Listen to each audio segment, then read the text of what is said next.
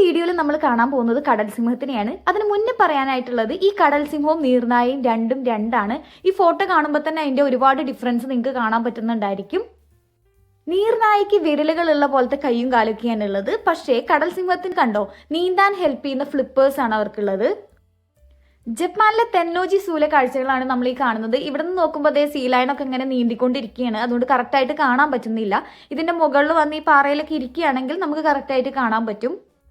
ഇവിടെയുള്ള എല്ലാ സൂവിന്റെ അറേഞ്ച്മെന്റ്സ് ഒക്കെ അത്രയ്ക്ക് സൂപ്പറാണ് കേട്ടോ. ഇത് നീന്തിക്കൊണ്ടിരുന്നാലും കാണാൻ പറ്റില്ല എന്നുള്ള വിഷമൊന്നും വേണ്ട.